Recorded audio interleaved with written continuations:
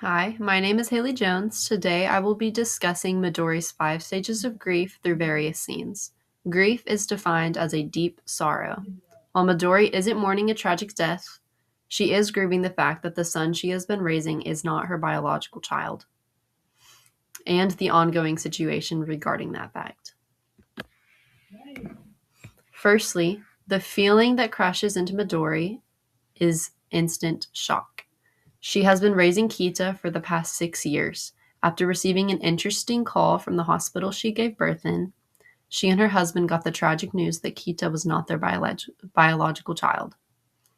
At the timestamp 1430, it is shown to both Midori and Ryota that their child is not their blood.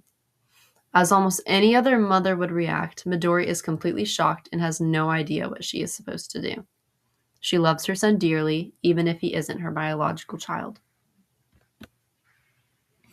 Secondly, the shock factor doesn't last too long because she feels an overwhelming amount of guilt. At the timestamp 1540, we see Midori's first admissions of guilt. She is expressing to Ryota that she feels as though she should have known that Kita was not their biological child because she is his mother and gave birth to him. She expresses this statement many other times during the movie. The situation is so traumatic, and she wishes that her motherly instincts had helped her prevent this many years prior. Third, Midori spends the majority of the movie going through a lot of sadness. At the timestamp 2131, she is crying her eyes out sitting next to her mother.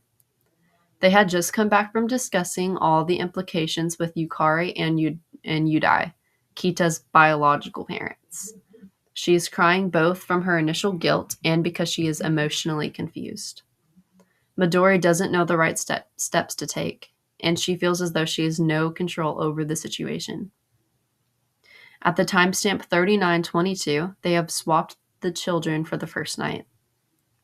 Watching Ryota teach and connect with Ryusei, their biological son, is very difficult for her. She doesn't cry, but a look of sadness is very evident on her face. Fourth, as the sadness finally begins to wane, she is filled with anger at her own husband. When thinking back on how the entire situation originally played out, she can't help but feel rage for Ryota's cruel words. At the timestamp 1:15:58, Midori is yelling at Ryota for saying the phrase, "It all makes sense now," when they originally found out Kita wasn't their biological child. She expresses that he is too obsessed with perfection and should just be happy to have such an amazing and compassionate son.